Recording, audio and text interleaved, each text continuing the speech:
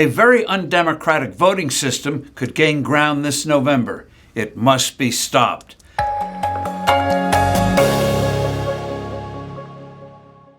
Hello, I'm Steve Forbes, and this is What's Ahead, where you get the insights you need to better navigate these turbulent times.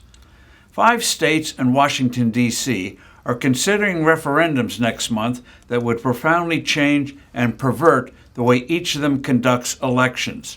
Normally, a candidate wins a contest by receiving more votes than her opponents. In some states and localities, there are provisions for runoffs if no one passes a threshold, usually 50%. But such a sensible, straightforward democratic approach is under assault from a system called ranked choice voting.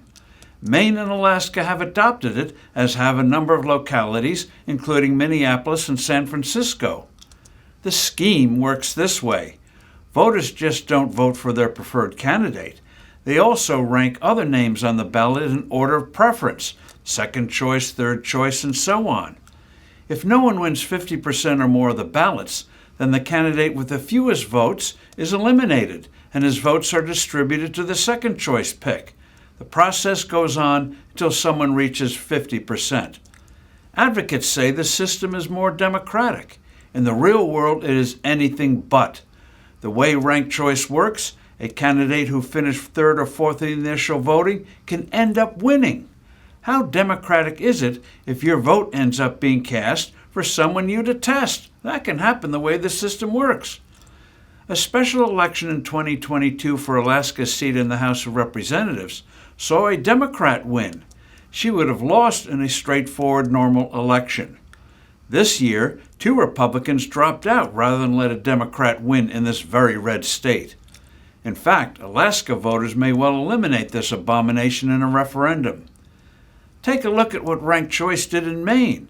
In 2018, a Democrat was declared the winner in the race for the 2nd Congressional District in Maine, even though his opponent received more votes. 14,076 ballots were tossed out because voters didn't rank all the candidates. Ranked choice can be especially confusing with state and local elections. The process of ranking numerous candidates for numerous offices leads to voter fatigue.